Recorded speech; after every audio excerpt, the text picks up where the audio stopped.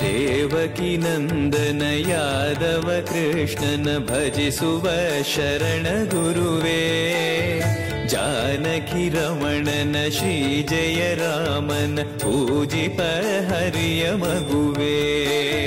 ದೇವಕಿ ನಂದನ ಯಾದವ ಕೃಷ್ಣನ ಭಜಿಸುವ ಶರಣ ಗುರುವೇ, ಜಾನಕಿ ರಮಣನ ಶ್ರೀ ಜಯ ರಾಮನ ಪೂಜಿಪ ಹರಿಯ ಮಗುವೇ. Madhava. Friends, good morning, welcome back to my channel. ನೋಡಿದ್ರಲ್ಲ, ಇವತ್ತು ಗುರುವಾರ ರಾಯರ ಪೂಜೆ ಎಲ್ಲ ತುಂಬ ಚೆನ್ನಾಗಿ ಆಯಿತು. ಈಗ ಮಕ್ಕಳಿಗೆ ಲಂಚ್ ಬಾಕ್ಸ್ಗೆ ಅಂತ ನಾನು ರಸಮ್ ರೈಸ್ ಮಾಡ್ತಾಯಿದ್ದೀನಿ. ತುಂಬ ಈಸಿಯಾಗಿ, ತುಂಬ ಬೇಗನೆ ಆಗುತ್ತೆ, ಮತ್ತು ಈ ಮಳೆಗಾಲದಲ್ಲಂತೂ ತುಂಬಾ ಚೆನ್ನಾಗಿರುತ್ತೆ. ಬನ್ನಿ ಈಗ ಹೆಂಗೆ ಮಾಡೋದು ಅಂತ ನೋಡೋಣ. ನೋಡಿ, ನಾನಿಲ್ಲಿ ಅಕ್ಕಿ ತೊಳೆದಿಟ್ಕೊಂಡಿದ್ದೀನಿ. ಇಲ್ಲಿ 1.5 ಗ್ಲಾಸ್ ಆಗೋಷ್ಟು ಅಕ್ಕಿಯನ್ನು ತೊಳ್ಕೊಂಡಿದ್ದೀನಿ. ಮತ್ತು ಒಂದು 50 ಗ್ರಾಮ್ ಆಗೋಷ್ಟು ತೊಗರಿಬೇಳೆ ನೆನೆಸಿಟ್ಕೊಂಡಿದ್ದೆ ಒಂದು 10 ನಿಮಿಷ ಮುಂಚೆನೇ. ಒಂದು 50 ಗ್ರಾಮ್ ಆಗೋಷ್ಟು ಹೆಸರುಬೇಳೆ ಅದನ್ನು ನೆನೆಸಿಟ್ಕೊಂಡಿದ್ದೆ ನಾನು.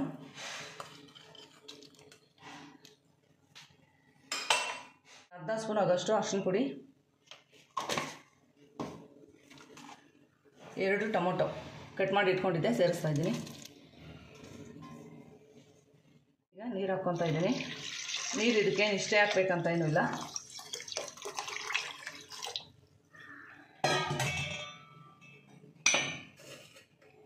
ಅದ್ರ ಜೊತೆಗೇ ಸ್ವಲ್ಪ ಕಲ್ಲುಪ್ಪು. ನಾನೀಗ ಮುಚ್ಚಳ ಮುಚ್ಚಿ 2 ವಿಸಿಲ್ ಬಿಡ್ತಾ ಇದ್ದೀನಿ. ಸ್ವಲ್ಪ ಹುಣಸೆಹಣ್ಣು ತೊಗೊಂಡಿದ್ದೀನಿ. ಈಗ ಅದನ್ನು ನೆನೆಸಿಟ್ಕೊತಾ ಇದ್ದೀನಿ. ತುಂಬ ಬೇಗನೆ ಆಗೋಗುತ್ತೆ ಈ ರಸಮ್ ರೈಸು. ತುಂಬ ಟೇಸ್ಟಾಗಿರುತ್ತೆ. ಒಂದು ಸರಿ ಮಾಡ್ಕೊಂಡ್ರಂದರೆ ಮತ್ತೆ ಮತ್ತೆ ಮಾಡ್ಕೊತಾ ಇರ್ತೀರ, ಅಷ್ಟು ಟೇಸ್ಟಾಗಿರುತ್ತೆ. ಇದಕ್ಕೆ ತರಕಾರಿ ಏನೂ ಬೇಕಾಗಿಲ್ಲ. ನೋಡಿ, ಈಗ ನಾನು ಹುಣಸೆಹಣ್ಣು ನೆನೆಸಿಟ್ಟಿದ್ನಲ್ಲ, ಈಗ ಅದರ ರಸ ಎಲ್ಲ ತೊಗೊತಾ ಇದ್ದೀನಿ. 2 ವಿಸಿಲ್ ಆಗಿದೆ.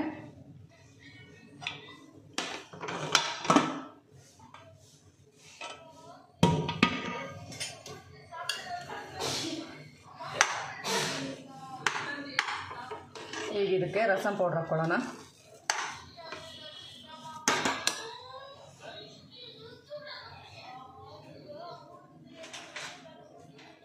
ನಾನಿಲ್ಲಿ ಶಕ್ತಿದು ರಸಮ್ ಪೌಡ್ರ್ ತೊಗೊಂಡಿದ್ದೀನಿ, 1 ಸ್ಪೂನ್ ಆಗೋಷ್ಟು. ಯಾವ ಬ್ರ್ಯಾಂಡ್ ಆದರೂ ತೊಗೋಬೋದು, ಏನು ತೊಂದರೆ ಇಲ್ಲ. ನಾನು ನೋಡಿ ಶಕ್ತಿ ತೊಗೊಂಡಿದ್ದೀನಿ. ನಾನು ಇನ್ನು ಸ್ವಲ್ಪ ನೀರು ಹಾಕ್ಕೊತಾ ಇದ್ದೀನಿ. ಬಿಸಿ ನೀರು ಹಾಕ್ಕೊತಾ ಇದ್ದೀನಿ.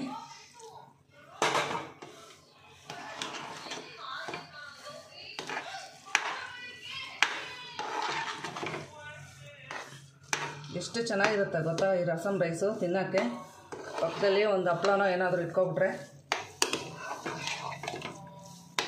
ಈಗ ಇದನ್ನು ಒಗ್ಗರಣೆ ಮಾಡ್ಕೊಳ್ಳೋಣ. 1 ಸ್ಪೂನ್ ಆಗೋಷ್ಟು ಮೆಣಸು. ನೀವು ಮಿಕ್ಸಿ ಜಾರಲ್ಲೇ ಹಾಕ್ಕೋಬೋದು, ಏನು ತೊಂದರೆ ಇಲ್ಲ. ಇದರಲ್ಲೇ ಕುಟ್ಕೋಬೇಕಂತ ಏನಿಲ್ಲ. 1 ಸ್ಪೂನ್ ಆಗೋಷ್ಟು ಜೀರಿಗೆ. ಈ ರೈಸು ನಮಗೆ ಒಗ್ಗರಣೆ ಕೊಡೋದ್ರಿಂದನೇ ತುಂಬ ಟೇಸ್ಟ್ ಬರೋದು. ಈಗ ಇದನ್ನೆಲ್ಲ ಸ್ವಲ್ಪ ಚೆನ್ನಾಗಿ ಪೌಡ್ರ್ ಮಾಡ್ಕೊತೀನಿ. ನೋಡಿ, ಇಷ್ಟಾದರೆ ಸಾಕು. ಮಿಕ್ಸಿ ಜಾರಲ್ಲೇ ಹಾಕ್ಕೋಬೋದು, ಏನು ತೊಂದರೆ ಇಲ್ಲ. ಈಗ ಒಗ್ಗರಣೆ ಮಾಡ್ಕೊಳ್ಳೋಣ. ನಾನು ಇಲ್ಲಿ ಒಂದು ಬಾಣಲಿ ಇಟ್ಕೊಂಡು ಸ್ವಲ್ಪ ಎಣ್ಣೆ ಹಾಕ್ಕೊಂಡಿದ್ದೀನಿ. ಅದ್ರ ಜೊತೆಗೆ ಸ್ವಲ್ಪ ತುಪ್ಪವನ್ನು ಹಾಕ್ಕೊತಾ ಇದ್ದೀನಿ. ಟೇಸ್ಟ್ ಚೆನ್ನಾಗಿರುತ್ತೆ, ಅದಕ್ಕೆ ತುಪ್ಪ ಹಾಕ್ತಾಯಿದ್ದೀನಿ. ತುಪ್ಪ ಹಾಕಲೇಬೇಕಂತ ಏನಿಲ್ಲ, ಹಾಕಿದ್ರೆ ತುಂಬ ಟೇಸ್ಟಾಗಿರುತ್ತೆ. ಬಿಸಿಯಾಗಿದೆ. ಸ್ವಲ್ಪ ಸಾಸಿವೆ, ಸ್ವಲ್ಪ ಜೀರಿಗೆ, ಒಂದು 4 ಒಣಮೆಣಸಿನ್ಕಾಯಿ, ಅದ್ರ ಜೊತೆಗೇ ಸ್ವಲ್ಪ ಕರಿಬೇವು. ನಾನಿಲ್ಲಿ 1 ಗಡ್ಡೆ ಆಗೋಷ್ಟು ಬೆಳ್ಳುಳ್ಳಿನ ಜಜ್ಜಿಟ್ಕೊಂಡಿದ್ದೀನಿ.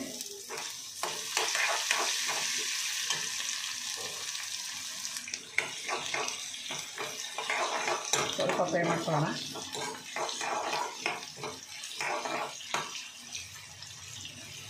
ಈ ಥರ ಬೆಳ್ಳುಳ್ಳಿ ಎಣ್ಣೆಲಿ ಫ್ರೈ ಮಾಡೋದ್ರಿಂದ ಆ ಫ್ಲೇವರ್ ತುಂಬ ಚೆನ್ನಾಗಿರುತ್ತೆ. ನೋಡಿ, ಈಗ ನಾನು ಮೆಣಸನ್ನು ಮತ್ತು ಜೀರಿಗೆ ಜಜ್ಜಿಟ್ಕೊಂಡಿದ್ದೆನಲ್ಲ ಅದನ್ನು ಹಾಕ್ತಾಯಿದ್ದೀನಿ.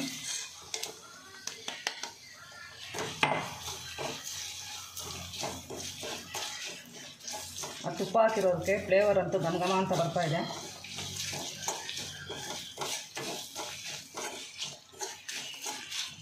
ಕೆಮ್ಮು ಜ್ವರ ಇರೋವಾಗಂತೂ ಈ ರಸಮ್ ರೈಸ್ ಮಾಡ್ಕೊಂಡು ತಿಂದರೆ ಹೆಂಗಿರುತ್ತೆ ಗೊತ್ತಾ, ತುಂಬ ತುಂಬ ಚೆನ್ನಾಗಿರುತ್ತೆ. ಅಷ್ಟೇ, ಈಗ ಒಗ್ಗರಣೆ ರೆಡಿಯಾಗಿದೆ. ಗ್ಯಾಸ್ ಆಫ್ ಮಾಡ್ಕೊಂಡಿದ್ದೀನಿ.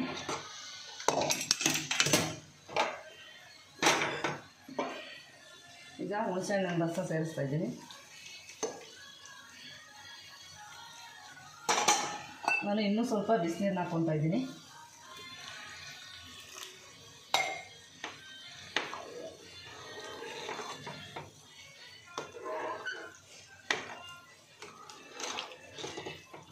ಮಕ್ಕಳಂತೂ ತುಂಬ ಇಷ್ಟಪಟ್ಟು ತಿಂತಾರೆ. ನಮ್ಮನೇಲಿ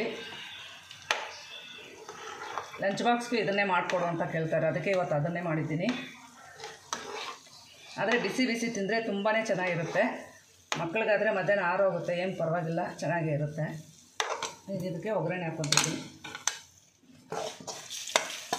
ಬಾಣಲಿಗೂ ಸ್ವಲ್ಪ ನೀರು ಹಾಕ್ಕೊತಾ ಇದ್ದೀನಿ, ಯಾಕಂದರೆ ತುಪ್ಪ ಎಲ್ಲ ಹಾಕಿದ್ದೀರಲ್ಲ, ವೇಸ್ಟ್ ಮಾಡೋದು ಬೇಡ.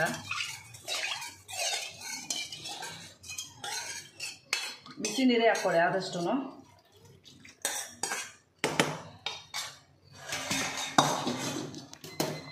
ಈಗ ಚೆನ್ನಾಗಿ ಮಿಕ್ಸ್ ಕೊಟ್ಕೊಳ್ಳೋಣ. ನೋಡೋಕ್ಕೆ ಎಷ್ಟು ಚೆನ್ನಾಗಿದೆ ನೋಡಿ, ತಿನ್ನೋಕ್ಕೂ ಅಷ್ಟೇ ಚೆನ್ನಾಗಿರುತ್ತೆ ಈ ರೈಸು. ತುಂಬ ಬೇಗನೆ ಆಗೋಗುತ್ತೆ. ಮನೆಯಲ್ಲಿ ತರಕಾರಿ ಏನು ಇಲ್ಲ ಅಂದಾಗ ಈ ರೈಸ್ ಮಾಡ್ಕೊಬಿಡ್ಬೋದು ಆರಾಮಾಗಿ. ಟೇಸ್ಟು ಅಷ್ಟೇ ಚೆನ್ನಾಗಿರುತ್ತೆ.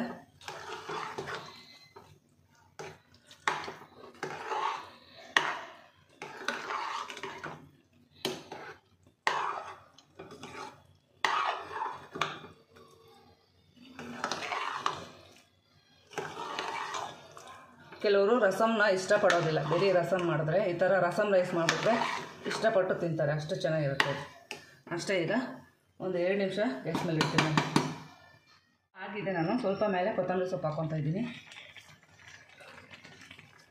ಸ್ಮೆಲ್ ಹೆಂಗೆ ಬರ್ತಾಯಿದೆ ಅಂದರೆ ಘಮ ಅಂತ ಬರ್ತಾಯಿದೆ, ಅಷ್ಟು ಚೆನ್ನಾಗಿದೆ. ಇದು ಮುಂದೆ ಪಲಾವ್ ಆಗಿರ್ಬೋದು, ಬಿರಿಯಾನಿ ಆಗಿರ್ಬೋದು, ಏನೂ ಇಲ್ಲ. ನಾನು ಹೇಳೋದಕ್ಕಿಂತ ನೀವು ಒಂದು ಸರಿ ಟ್ರೈ ಮಾಡಿ, ನಿಮಗೆ ಗೊತ್ತಾಗುತ್ತೆ.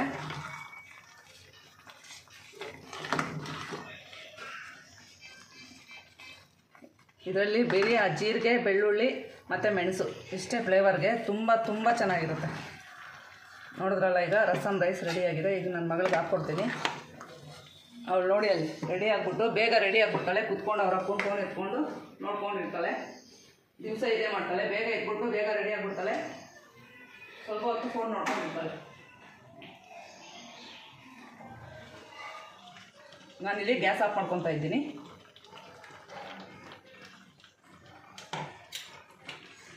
ತಗೋ ಬುಜ್ಜಿ.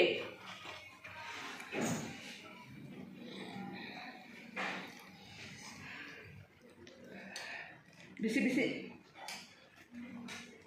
ಲಂಚ್ ಬಾಕ್ಸ್ಗೆ ಪ್ಯಾಕ್ ಮಾಡ್ತಾಯಿದ್ದೀನಿ ನಾನು. ಈ ಥರ ಬಾಳೆ ಎಲೆ ಹಾಕೋದ್ರಿಂದ ತುಂಬಾ ಟೇಸ್ಟಾಗಿರುತ್ತೆ.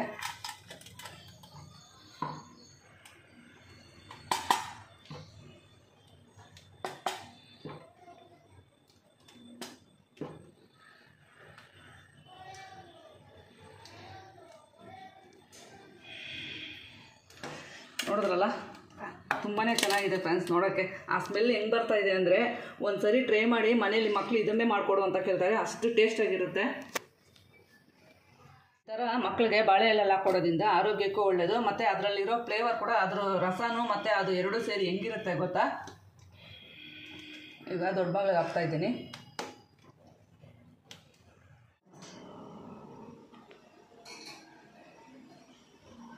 ನೋಡಿ, ಈಗ ಮಕ್ಕಳು ಹೊರಟರು ಸ್ಕೂಲ್ಗೆ, ಟಿಫನ್ ಮಾಡಿಕೊಂಡು ತುಂಬ ಇಷ್ಟಪಟ್ಟು ತಿಂದರು. ನನಗಂತೂ ತುಂಬಾ ಖುಷಿ ಆಗ್ತಾಯಿದೆ.